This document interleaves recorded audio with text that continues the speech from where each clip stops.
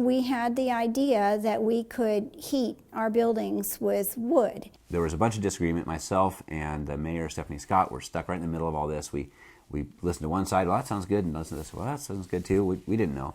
So it seemed to me that it was impossible to know if this was going to work out unless we just did it.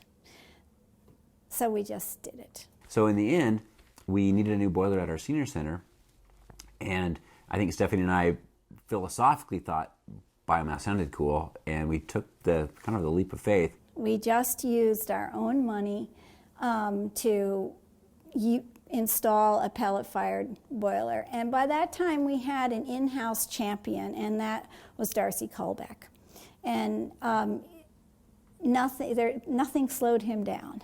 And then I was just the default champion because I happened to show up and had never worked for government before, so I didn't really know the rules. I just figured you just did stuff, and that's what we did. We just kind of went along, and it came to fruition. Tenants or the people that would come to the senior meal program and everything else would remark on how warm it was and how comfortable, whereas the old heating system was really poor. It worked out so well. We picked a boiler that has worked flawlessly. If it had not worked, there's so many people ready to be naysayers and pull it apart, but it's worked. It's worked great. That's huge. Pick the right boiler. I think I'm probably the most skeptical person around about the project. I think the jury's still out on whether it's a savings or not.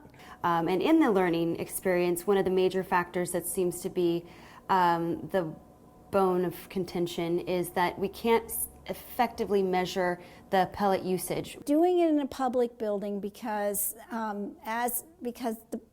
that gives you access to all the information.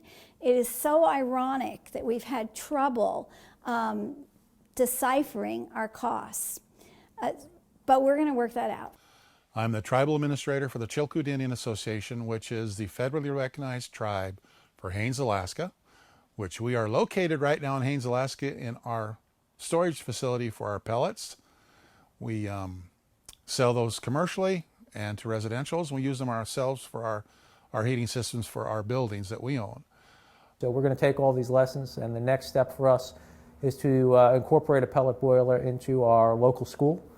And we're hoping that that's going to provide considerable savings. Just the school alone, if all the metrics work out, will save $2.7 million over the next 20 years. We're going to see the usage go from 300 tons to about 1,500 tons within a year and a half. So we're planning quickly to get our system up and running. We're making progress. We started with this little tiny senior center building, and now we're going to 10 buildings, huge. Well, people are starting to pay attention and reckon, what are the next steps? Well, if we're fortunate, in my mind, we convert to pellets and save money, but the bigger win in this would be if we actually had a local supply of pellets.